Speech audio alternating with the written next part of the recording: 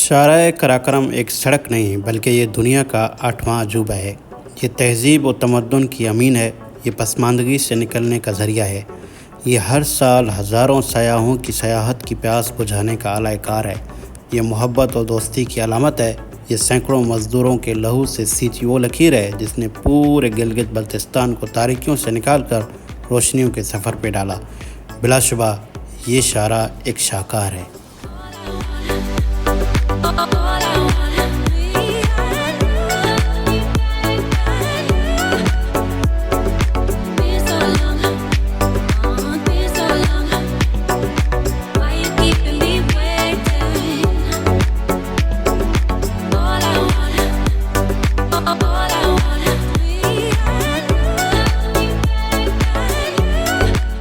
1300 kilometre طویل Karakoram high وے کرۂ زمین پر موجود حیران کن پہاڑی چٹانوں کے درمیان سے گزرتی ہے۔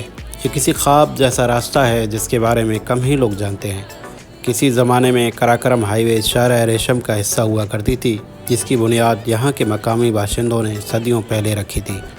تاہم 1978 میں 24,000 پاکستانی اور چینی مزدوروں کی 20 سالہ محنت کے بعد اس سڑک پر باقاعدہ طور پر گاڑیوں کی آمد و رفت ممکن ہوئی، جس کے باعث اس دور دراز علاقے کے لیے تجارت، سیاحت اور سفری آسانی کے دروازے کھل گئے۔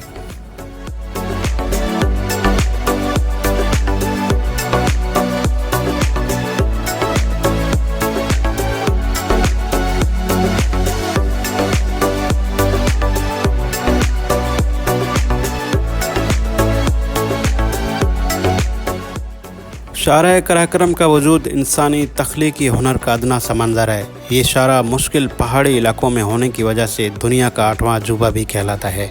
یہ شارع حسن ابدال سے شروع ہوتی ہے اور پھر ہری پور، ایبٹ آباد، ماسیرا، بشام، داسو، چلاس، جگلوٹ، گلگت، ہنزا، نگر، سوست اور خنجراب پاس سے ہوتی ہوئی سنکیانگ صوبے کے مشہور علاقے کاشغر میں ختم ہوتی ہے۔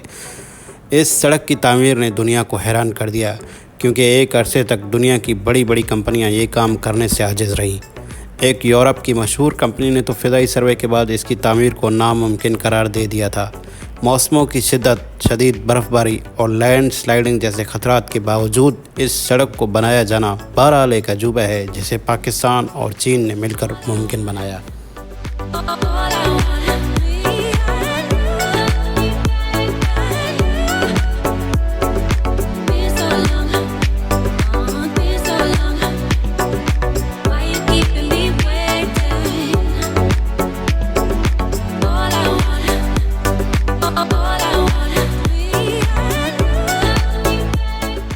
شارع قراقرم کے سخت اور پتھریلے سینے کو چیرنے کے لیے 8,000 ٹن ڈائنامائٹ استعمال کیا گیا اور اس کی تکمیل تک 30 ملین کیوسک میٹر سنگلاخ پہاڑوں کو کاٹا گیا۔ یہ شارع کیا ہے؟ کہیں دلکش تو کہیں پراسرار، کہیں پرسکون تو کہیں بلک آتی شور مچاتی، کہیں سوال کرتی تو کہیں خود جواب دیتی۔ یہ سڑک اپنے اندر سینکڑوں داستانیں سموئے ہوئے ہے، محبت، نفرت، خوف، پسماندگی اور ترقی کی داستانیں۔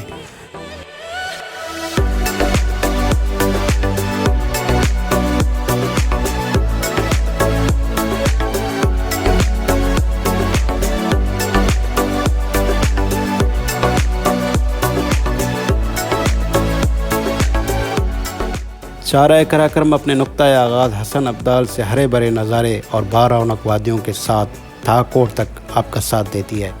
تھاکوٹ سے دریائے سندھ بل کھاتا ہوا شارع قراقرم کے ساتھ ساتھ جگلوٹ تک چلتا ہے، پھر اسکردو کی طرف مڑ جاتا ہے۔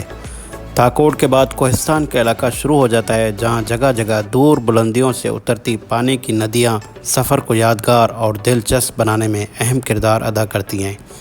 کوہستان کے بعد چلاس کا علاقہ شروع ہوتا ہے، جو کہ سنگلاخ پہاڑوں پر مشتمل علاقہ ہے۔ چلاس ضلع دیامر کا اہم علاقہ ہے، اس کو گلگت بلتستان کا دروازہ بھی کہا جاتا ہے۔ ناران سے بذریعہ بابوسر پاس بھی آپ چلاس تک پہنچ سکتے ہیں۔ چلاس کے بعد شارع قراقرم نانگائے پربت کے گرد گھومنے لگ جاتی ہے اور پھر رائی کوٹ کا پل آ جاتا ہے۔ یہ وہی مقام ہے جہاں سے فیری میڈوز اور نانگائے پربت بیس کیمپ جانے کے لیے جیپیں کرائے پر ملتی ہیں۔ رائی کوٹ کے بعد نانگائے پربت دریائے سندھ اور شارع قراقرم کا ایک ایسا حسین امتزاج بنتا ہے کہ سیاحوں کو کچھ وقت کے لیے خاموش ہونے پر مجبور کر دیتا ہے۔ اس کے بعد گلگت ڈویژن کا آغاز ہو جاتا ہے، جس کے بعد پہلا اہم مقام جگلوٹ آتا ہے۔ جگلوٹ سے استور، دیسائی اور اسکردو کا راستہ جاتا ہے۔ جگلوٹ کے نمایاں ہونے میں ایک اور بات بھی ہے کہ یہاں پر دنیا کے عظیم ترین پہاڑی سلسلے کوہ ہمالیہ، کوہ ہندوکش اور کوہ قراقرم اکٹھے ہوتے ہیں، اور اس کے علاوہ دنیا میں ایسی کوئی جگہ نہیں ہے جہاں 3 بڑے سلسلے اکٹھے ہوتے ہوں۔ جگلوٹ کے بعد گلگت شہر کا آغاز ہوتا ہے، جو تجارتی، سیاسی اور معاشرتی خصوصیات کے باعث نمایاں حیثیت رکھتا ہے۔ نلتر، اشکومن، ہزر، شندور وغیرہ بذر عجیب یہیں سے جایا جاتا ہے۔ گلگت سے آگے نگر کا علاقہ شروع ہوتا ہے، جس کی پہچان راکا پوشی ہے۔ آپ کو اس خوبصورت اور دیو ہیکل چوٹی کا نظارہ شہر قراقرم پر جگہ جگہ دیکھنے کو ملے گا۔ نگر اور ہنزا شہر قراقرم کے دونوں اطراف میں آباد ہیں۔ یہاں آ کر شہر قراقرم کا حسن پورے جوبن پر ہوتا ہے۔ ہنزا اور نگر کا علاقہ نہایت خوبصورتی کا حامل ہے۔ ہنزا میں ہی پہنچ کر اس ہائی وے کا سب سے دلچسپ اور خوبصورت حصہ آتا ہے۔ وادی ہنزا انتہائی خوبصورت ہے۔ یہ علاقہ قراقرم کے پہاڑوں میں گھرا ہوا ہے، جس کی وجہ سے ہی اس سڑک کا نام قراقرم ہائی وے رکھا گیا ہے۔ یہ علاقہ غیر یقینی حد تک خوبصورت ہے، جہاں سفر کے دوران آپ کو شفاف گلیشیئر، جھیلیں اور برف سے اٹی چوٹیاں ہر طرف نظر آتی ہیں۔ یہ سفر تو خوبصورت ہے ہی، لیکن اس جگہ پر ہائی وے کو خاص بنانے والی ایک اور اہم بات ہنزا کے لوگ اور اس وادی کی روایات ہیں۔ ہنزا شہر سے آگے عتاباد کے نام سے 21 کلومیٹر لمبائی رکھنے والی ایک مصنوعی لیکن انتہائی دلکش جھیل بھی ہے، جو کہ پہاڑ کے گرنے سے وجود میں آئی۔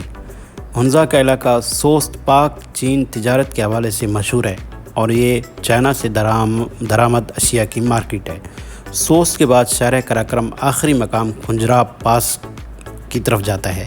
سوست سے کھنجراب تک کا علاقہ بیاباد، دشوار پہاڑوں اور مسلسل چڑھائی پر مشتمل ہے۔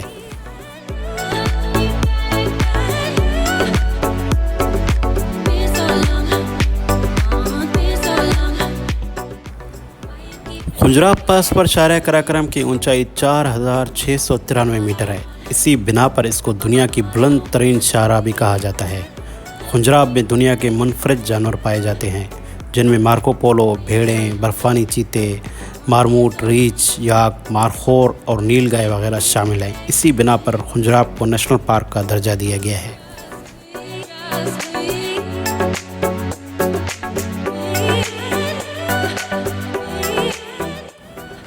شہر قراقرم ایک صرف سڑک نہیں ہے، بلکہ یہ انسانی تخلیق کا منہ بولتا ثبوت ہے اور اس کا ہنر ہے۔ آپ نے اس قومی شاہراہ پر کب سفر کیا اور کن کن علاقوں کو آپ نے دیکھا ہے؟